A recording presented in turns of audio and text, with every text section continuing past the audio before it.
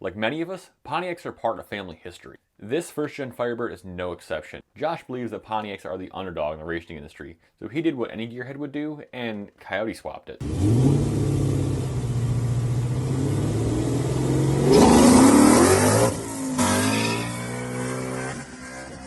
So Josh inherited the fire chicken from his mom. It just so happened to be her first car as well. So in 2001, Josh worked with his uncle to make it drivable again.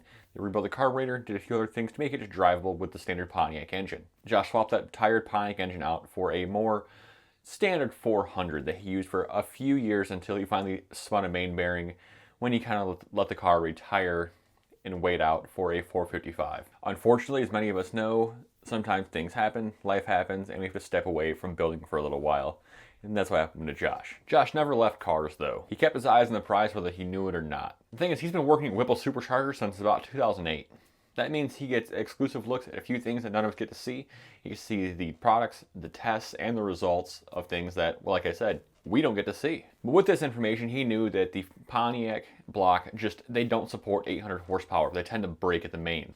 And he knew that 800 horsepower just wasn't enough, so he was going to do what a lot of us think about doing, going LS. It should be no surprise that the LS trend started first in California because, well, they get most cool trends first anyway.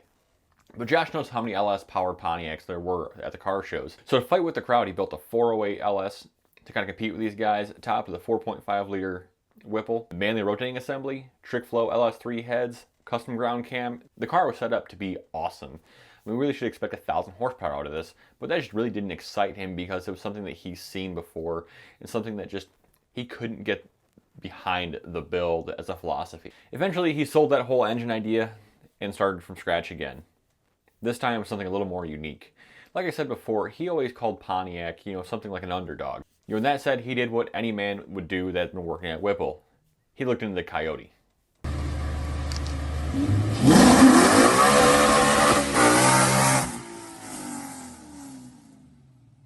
While the numbers themselves really piqued Josh's interest, what actually got him to sign off on the whole thing was riding in a Mustang.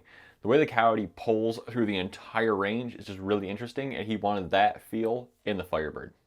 With the help of TRZ Motorsports and TBM brakes, Josh was able to get this Coyote stuffed into there with the 6-speed MT82 to be precise. And he ended up putting V6 gear set in there just to kind of give himself a little bit of advantage to make himself more comfortable. So here's something to consider with this car. He's launching the car at around 7,000 RPM. He's hitting the first to second shift at around the 1 second mark. The third to fourth mark is around 500 feet or like 5.4 seconds. This car is cooking to a good like 10.55 at 129 miles an hour.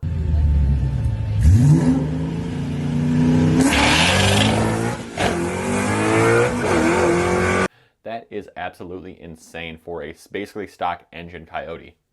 Yeah, basically stock engine Coyote. This thing's basically untouched. And if you're curious what kind of power it puts down, check this out.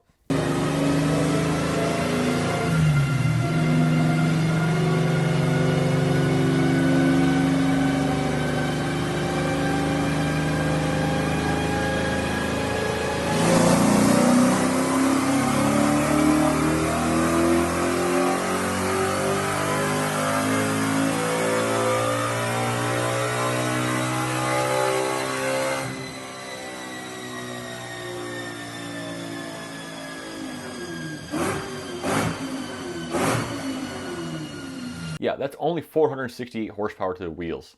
But like, the entire chart is this. This is the 460 horsepower. This car is insane. And it also goes as far as to say that it's one of the best sounding Firebirds on the internet right now. And if you're interested in following this build, check out his Instagram in the link below. Have a good one, guys, and I will see you on the road.